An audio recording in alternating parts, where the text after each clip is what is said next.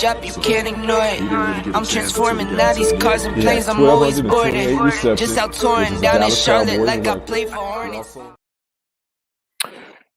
Good evening, good Tuesday evening, my good people. This is TFG Sports Show, the best 30-minute sports show on social media. I am your host, the sports guy Kendrick. I hope all is well. I hope everybody is having a good Tuesday evening.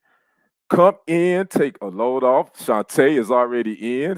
Thank you, Miss Gibson. The intro is fire. We appreciate that. And we have to give a little props up, give a shout out to Mr. Lamar Falk for creating that awesome open. Thank you, Brother Lamar, wherever you may be. But again, you're watching the TFG Sports Media Show. I'm your sports host, Kendrick, the best 30 minutes of talk show, of sports talk on social media. Again, come in, say hello, let me know that you're in here, hit that like, hit that share button, and hit the comments so we can chat a taste about what's going on in the sports world. Hopefully, I have a guest tonight.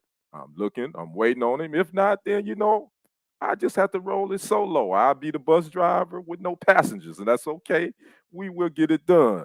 Doris Bratcher, good evening. Hello, cousin. That's family. Thanks for dropping in and chatting it up with your cousin. Now, I know you ain't a big sports fan, but that's okay. I'm going to make you one.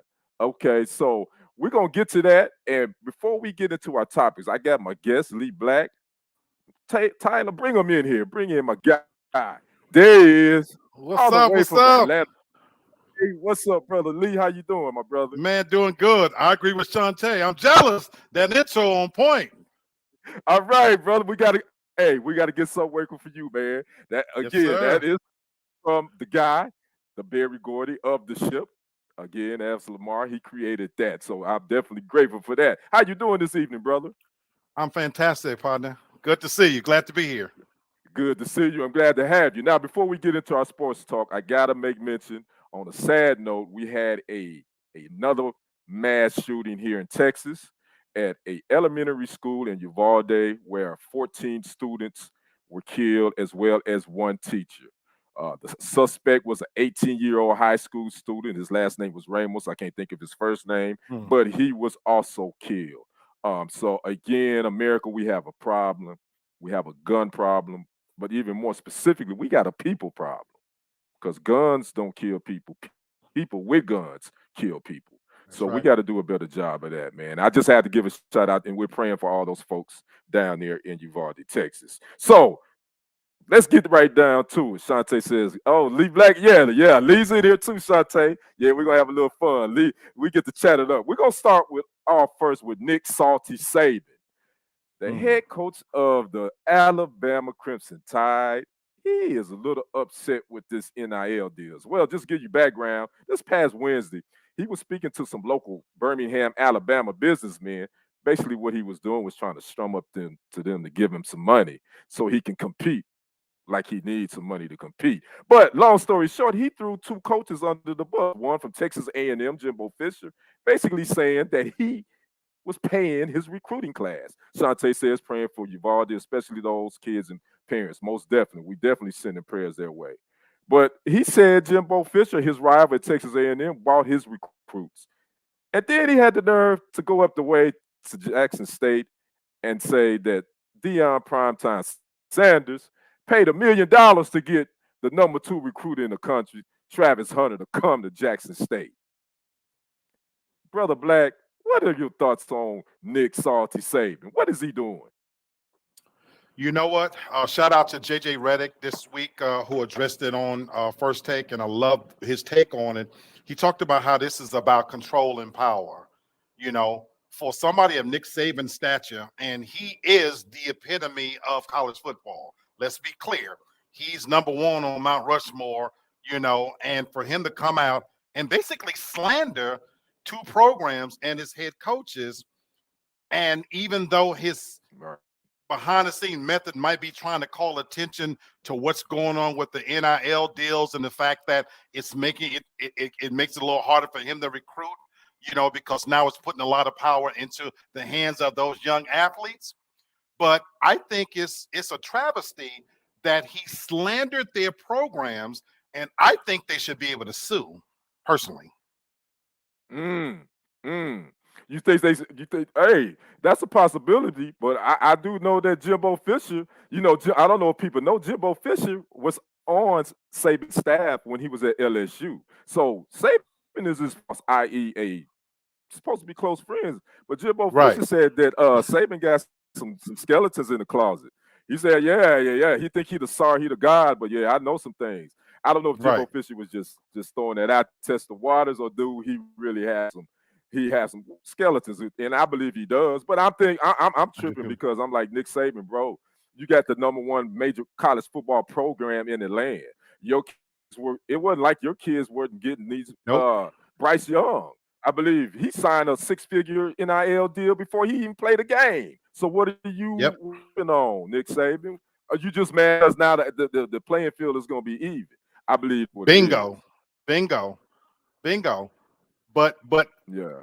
if this had come from any other And, coach, it might be par for the course. But the fact that it came from him, he the moment it comes out his mouth, this is Nick Saban. This is the God on high coming down speaking, mm-hmm. and that could potentially do a lot of damage to those programs. And you talk about HBCU. Hell, they just getting their footing out here, and you already what you said was tantamount to slander. He said, I think on Fitches, it's only one player that actually has a deal, and the guy that he was talking about for Jackson State, he came out and said no. So my thing is, why don't Mm-hmm. you owe these people a public Right. apology? So it's wrong. Right. And says she thinks Jimbo being on Saban, and Saban may want to be quiet. And I agree with that too, Shantae. And to go back to what you just said, Brother Lee, the Travis Hunter, the kid from Jackson State, he said, well, if I got $1 million, why is my mom and my 5 brothers sitting in a 2-bed apartment if I got $1 million?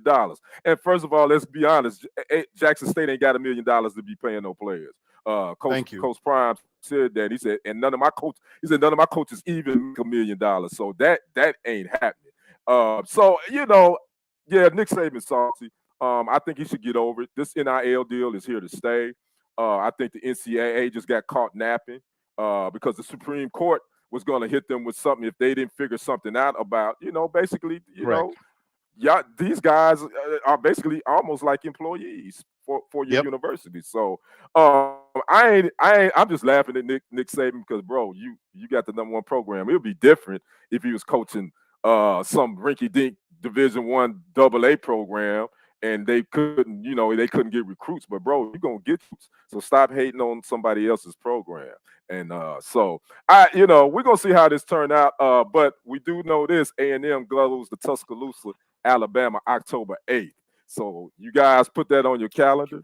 That's Yes, gonna be the sir. game to watch because we're gonna see how that handshake happened with Jimbo Hmm. Fisher and Nick Salty Saban. That's my nickname for him. So let's move on to our next topic. Let's talk about this NBA Conference Finals, Brother Black. We're gonna start off with these Dallas Mavericks and Warriors. #4 seed Mavericks, #3 seed Golden State Warriors actually play tomorrow night. The Warriors lead this series 3-0, and they defeated the Mavs Sunday night 109-100. Mavs looks like they get swept. What you think is going to happen in this series tomorrow night, Black? I don't predict a sweep. I think some kind of way Dallas, Okay. for pride, Doncic is going to get his. I don't want to believe they're going to sweep. And then Golden State has a history of taking their foot off the pedal. They don't have that killer instinct. Now, I am waiting for Steph Curry to have that one signature game so far of the playoffs where he put up some 45, a ridiculous number, and shoots lights out. I just don't think it's going to be a sweep. Yeah, it will be a sweep. I think the Golden State they see they kind of see it. They got blood now. But you could be, you're right. Alice is going to play for pride. I think it's definitely going to be a highly contested game. But the one thing the Mavericks got to do better, they got to rebound better. The Warriors have been killing them on the boards. They out rebounded them by 14 this past game. I think they out rebounded them by 16 the previous game. And the Warriors aren't very big. I don't understand why the Mavericks aren't rebounding the basketball. Again, like you said, Doncic, he's going to get his. He went for 40 and 11, but they got to get more people. I mean, Jalen Brunson had 20. Spencer Dinwiddie had 26, but their other guys off the bench, Dorian Finney-Smith and Maxi Kleiber, I think they're going to have to definitely show up, because if those guys don't really have a great game, I think Golden State is going to win again tomorrow night. Well, and there's another thing I think Dallas could do. Jason Kidd's got to mix it up. He don't have a good defensive team. Doncic don't play defense at all. I think they should go to zone. Right now, as you said, the Golden State is not a big team, and they're taking the ball down to the teeth of their defense. Even you got Steph Curry. Realistically, Golden State haven't shot the ball all that great, but they're literally taking the ball down the teeth of their defense and scoring on the inside. They're killing them in inside paint. So my thing is, if you don't have a good individual two-way players, play some zone defense and shut those lanes down, and then put some of these players on their ass. We have seen in these playoffs that it's been somewhat of a throwback to old school basketball. Yes. It's been a lot tougher. Hey, lay them out. Yeah, I'm with you. And I was just saying that the other day. I was like, man, this is reminiscent to the 90s that I used to watch in the playoffs. These players getting chippy. The referees are kind of letting them play a little bit. I was like, okay, now we got some real basketball going on. But again, you're right. Dallas is making it a little bit too Golden State to get in the paint, because they're killing them in the paint as far as getting easy buckets. Now, the Warriors are looking to get back to the finals after a 3-year hiatus. Warriors can't clinch their 6th finals appearance 2000. Get back to the finals. Would you say where does the Warriors rank in your opinion, in your mind, as far as championship caliber teams? They're up there, because I don't think anybody can deny, even without Kevin Durant, that in this era of basketball and the way it's played, we all know Steph Curry literally changed the game. And so they sat there at the top. And then, of course, when you added Kevin Durant, I mean, that was a team that was unbelievable. Offensively, nobody had answers for them. And so I got to put them up there. Now, look, I'm old school. If you asking me, do they compare to Jordan's Bulls, Larry's Celtics? And no. I'm sorry. Maybe I'm just biased, but no. No, I'm with you. I mean, they not the 80s Lakers, they're not the 80s Celtics. They're not even the 2-time champion, the Pistons, and they definitely not the 6-time champion Bulls. And they not even the 5-time champions, beyond, in my opinion. But I mean, they up there. But you're right. I mean, they just a different style. They brought in a different style of basketball, which is cool. Absolutely. I'm not knocking on this new school, but they just in my mind, I don't think I wouldn't put them with those teams that we both mentioned. So now let's go to the Eastern Conference, which is getting ready to tip off here in a little bit. The Celtics at the Heat. This series is look like it's gonna go 7. They tied 2-2. Celtics blew out the Heat last night, 102-82. Jason Tatum went for 31. He was 8 for 16 from the field goal line, from the field. Jaylen Brown only went for 12. Now the thing about the Heat, they starters only scored 14 points. They were 7 for 36 from the field, the starters. What you think about this series? How's it going? What's your take, Black? So you know what? I expected it to go 7. No matter, I just didn't see it happening this way. I didn't expect the huge lopsided wins and losses. I'm still waiting on both teams to somewhat be at full strength, because there are a lot of injuries. Jimmy Butler's not at full strength. We know Marcus was Smart, he was out a little bit.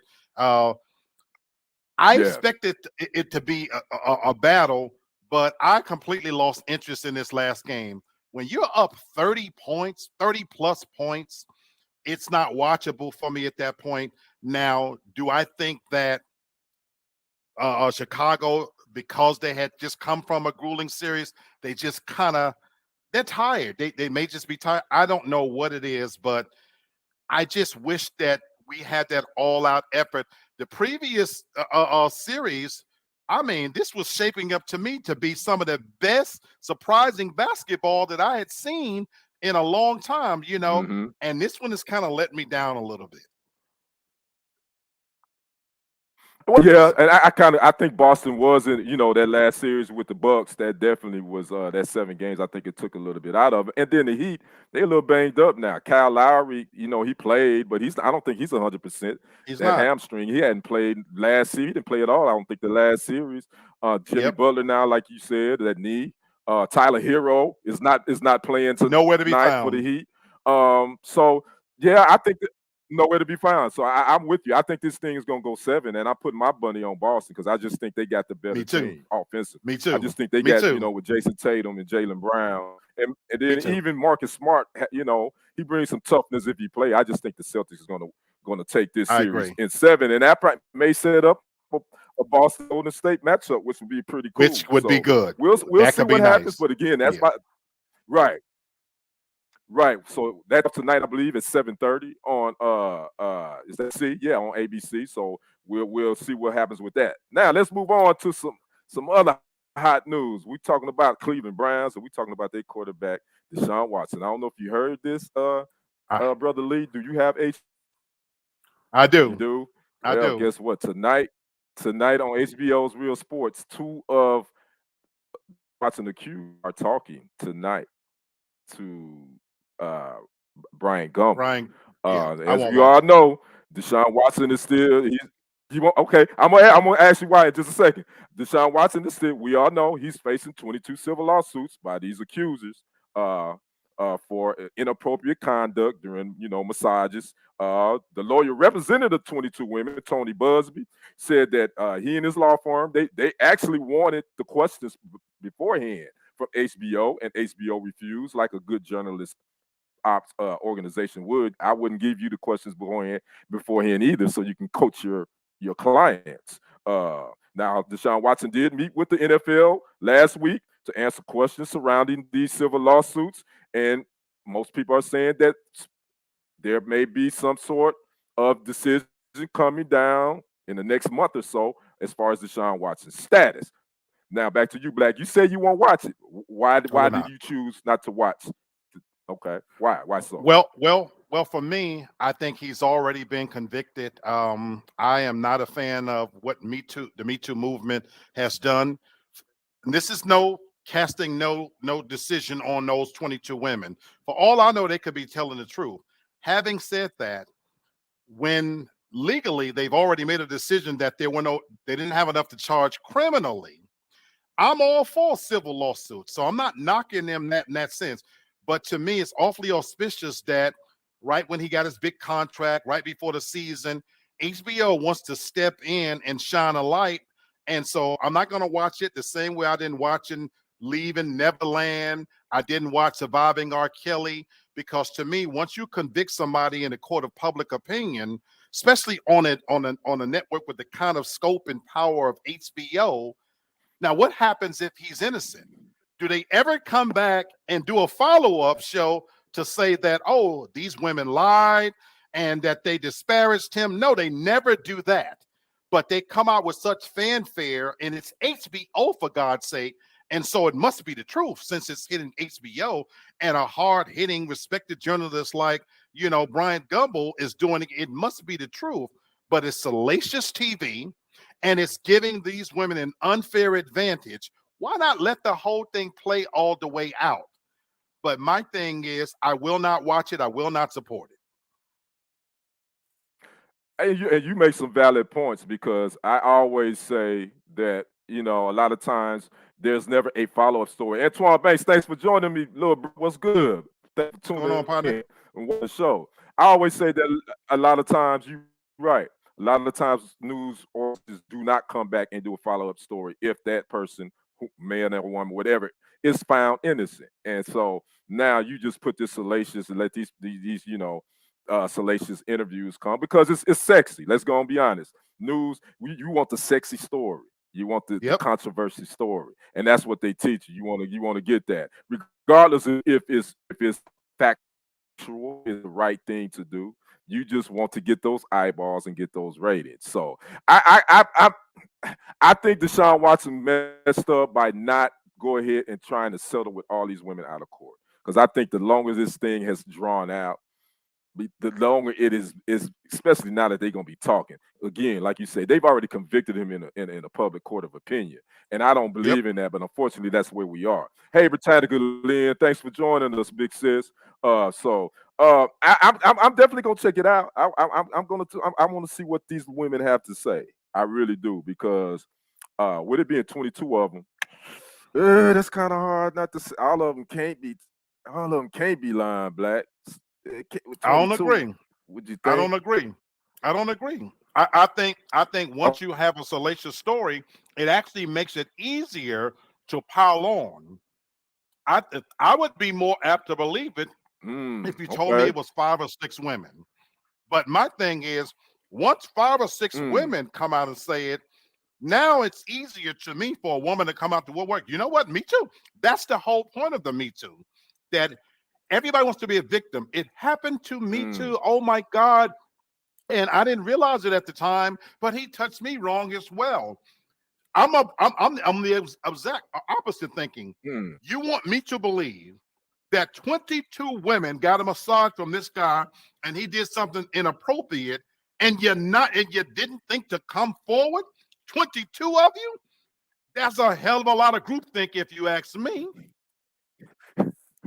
Yeah. You know what, Black? Now you kind of making me change my mind on all this, bro. I'm like, yeah, you got some valid points. So I tell you, we're gonna see, and if they post some sound bites, I'm definitely gonna post something on TFG Sports Media on YouTube, just some snippets of some audio, if they even allow, if they post any of that. So we're gonna see. Watson that big $230 million contract with he was traded to the Browns from the Texans, and we're just waiting to see what type of punishment he's going to be. Antoine says my sentiment as well. So everybody agree with Lee. Hey, y'all make sure Lee Black, and we'll talk about this show and all that once we get close to the end. So we're gonna move on to our next topic, man.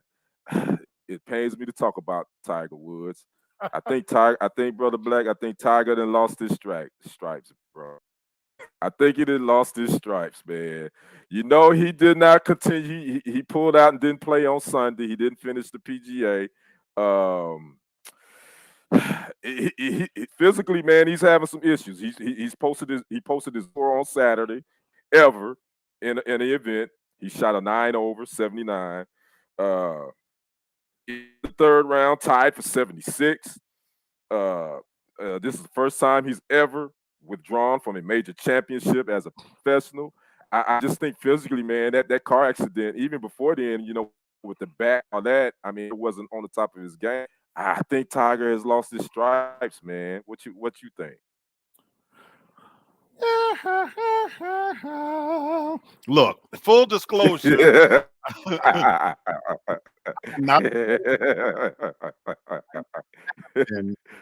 Buy me a river for somebody who has a net worth $800 million. Look, I just honestly don't get why people want so badly for him to be great again. I'm not knocking his accomplishments. I personally don't consider golf a sport. Anytime that you get the ride to the next hole and somebody's carrying your bag, damn it, it's not a sport. But he's made a living off of it. I ain't mad at the man's hustle, but I've never been a fan of Tiger Woods. I guess I can appreciate that he brought an element to a sport that normally you don't associate with African Americans, but I could honestly care less now that he's walking and that he recovered. Man, go send your 800 million and enjoy your life. And if you never send back to the top of golf, he can walk in right now and become an analyst and still make more money than current golfers because he's Tiger Woods. So I can't feel sorry for him. Yeah, Yeah. I think it's time for him to hang it up. Britannica Lynn says it's time for him to retire. I agree. Antoine Banks says Tiger been done, body broke down, and that's pretty much it. The sad part about it is, Black, you and I know we've seen this by a whole lot of athletes, especially boxers, where they really hang on a little too long, and it's really painful to watch. Right. Muhammad Ali is the first one that comes to my mind when he fought Larry Holmes. Right. I want Yep. to say that was in '78, and I was like, I hated to see the champ. Me I too. hated to see him in there. Roy Jones Jr., another one. There's a couple of fights that he took on the back end of his career he shouldn't have Yep. even took. I think sometimes athletes, they think that they're invincible. But then on the flip side, I also say this, that's something they've done their whole life. It's their blood, sweat, and tears. Right. Who am I the guy sitting on the couch to tell him when to hang it up? You know what I mean? But Right. you just don't want to see him go out like that. Like Tiger Right. Woods, man, he's you could tell he's a shell of himself. It's just, I think he's won 15 times. He's won 15. Just obviously he won't catch Jack Nicklaus, who has 18. But he still is planning to play in the 150th Open Championship, the British Open, which is his favorite, in July. I just don't think his body. I don't think his body can do it. I think he call it a career. I really agree. do. Thanks, agree. Antoine. Yeah, he's a good example. Yeah. So Tiger Woods, if you're listening, brother, you've done everything you could do. You put a light on a sport that we made us interested in. The only time I wanted to watch golf is is Tiger in the cut? Did he make the cut? Okay. Oh, I'm gonna want to see what he's doing. So, brother, right off in the sunset, you got your little son Charlie is coming up golfing. You got your man, take care of your health, and That's you right. know, Black. That's really important at this point. That's right. So That's again, right. Tiger Woods, we don't know if he's going to get to 18, but I definitely think he has lost his stripes. Now let's get to my segment, and I definitely got to get your opinion on this. Kendrick, I got a Kendrick conundrum, and what my conundrum is, I always find something on the internet that makes me go, "What in the hell?" And my conundrum this week really isn't sports related, but it's somewhat sports related, and it's concerning LeBron James and his son Bronny Jr. I don't know if y'all can see this picture. I definitely, I don't know if y'all can see this picture.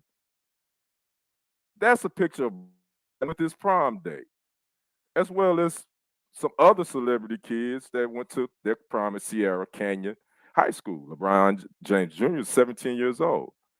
And the vitriol that grown folks was giving this young man on social media was outright ridiculous and shameful. You got grown women calling Bronny James sellout and how can you do this, this and that. I was just like, these are 17-year-old kids going to a prom that probably his school is predominantly white anyway. Why is grown folks on social media bashing a 17-year-old kid, especially an athlete's kid? Kids should be off limits. What's your thoughts on that, Black? Well, I saw the picture, and I'll say this, and I actually posted something on my page, and I said, long as this is about wealth and not about choice. Now, my thing is, I have zero issues with interracial dating whatsoever. I love women. I don't even have a type. Big, small, white, black, no teeth, it doesn't even matter. I love women. Now, in this case, I agree with you 1,000%. This to me is about wealth and opportunity. He's going to a school, as you said, where I would imagine there are far more whites than blacks, and he happens to like girls. And so he's going to like who likes him. I refuse to believe that LeBron being married to Savannah and being as pro-black as he is, that in that household, he is in any way encouraging him to date outside his race. And I'm proud to say that his generation, they're coming up in the best time in the world where they truly don't see racism. Racism is my generation, the things that have been taught. I'm proud of these young people that you can hardly tell the differences these days in that age group between white, black, Asian, Hispanic. They all eat the same things, listen to the same music, Hell, white girls got bodies just like black girls. So bravo, young Bronny. My thing is, I'm glad that you like women and you're not Dwayne Wade's son. I'm sorry I said it. Yeah, okay. All right. Hey, that's my brother Lee Black, and he gives it to you straight with no chaser, like we do on this sports show. My only thing is, I agree with that, and my thing is, I think he'll grow out of it because I guarantee you, if he'll go to if he like a Howard University or something, he gonna forget all about that. He gonna forget all about that because he gonna see some of them black sisters, and he gonna be like, okay, this is what I'm talking about right here. And let me say this too to Dr. Umar Johnson. Y'all know who Dr. Umar Johnson is. You quit getting on here bashing LeBron and his wife as parents because we still waiting on that school you supposed to build. Where's that school at, Dr. Umar Johnson? You getting on social media bashing LeBron and his wife about his children, but we still trying to wait. We still looking for that school. Okay, that's my rant. That's my conundrum for tonight on Tuesday, the last Tuesday of May, and right before we get to the Memorial Day weekend. So, but we're going to get to our final thoughts. Brother Lee Black, what you got for me? Final thoughts, please, sir. Man, I'm just glad that you have me on. Sports are a microcosm of things that we deal with in life. And so I just want to encourage people to take it for what it is, though. It should be an escape. It should be something pleasurable. And don't read too much in it. Kick back, enjoy life. Life is we have enough serious things going on. So for the Kendrick shit, the Kenny show, enjoy sports for what it is, entertainment, and don't take it so serious. Thank you, Brother Black. And my final thought is tonight, you know what? I think this NBA Conference Finals is going to. I think that Miami and Boston is going 7. So I'm making my prediction now. I think Miami and Golden State. I'm sorry, Boston and Golden State will meet in the finals. And also, let's stop getting on social media acting a fool, especially when it's really on stuff that's not serious. We can't find y'all when it's some serious, but y'all sure got a lot to say about Bronny James dating a person not of his color. Stop it, grown folks. Leave these young people alone. Let them live, and you live too. Now, Lee, right. Tell them where they can find you. Tell them where they can find you. You can find me on Wednesdays and Sundays live on TFG Uncut and TFG Ratchet as part of the TFG platform of shows. It's called Real Talk for Real Men. On Wednesdays, we get serious, and on Sundays, we have a little bit of fun. And again, that's my man Lee Black. You can find me on his show as well. But I thank you for joining me, my brother. You got to come back. We got to get you back. Hopefully we can get you back next week. Anytime. Again, this has been a TFG Sports Show with the sports guy, Kendrick. Thanks, everybody, for joining me. Shantae, Antoine, Charles just jumped in. I'm late, but what's up, Kenny and Lee? Thanks for dropping in, Charles. We about to go. Who else came in? We had another one that dropped in, Shantae, Antoine, Britannica Lynn. Thanks for everybody tuning in. Make sure you get back here. Tune in. Oh, I got to tell you about a story I did today. I don't know if y'all know about that cornerback, former NFL Broncos cornerback that gave a dude a 2-piece with a biscuit and some black eyed peas, airport worker. He gave him a 2-piece. Go check out that story on TFG Sports Media. He gave him a 2-piece with a biscuit and some black eyed peas. You got to check it out. Make sure you go to TFG Sports Media and subscribe. Lee, thanks for joining me, brother. Thanks for everybody watching. This has been a TFG Sports Show. We're out. See you next week. Same time. Peace. Peace. That money clip us now, the new now looks like, whoa, upgrade her diamonds, now her girlfriends are like, whoa, whoa, whoa, whoa, whoa, I hit recorded drop, you can't ignore it. I'm transforming now these cars and planes, I'm always boarding. Just out touring down in Charlotte like I play for Hornets. When I'm performing, never boring, now you can't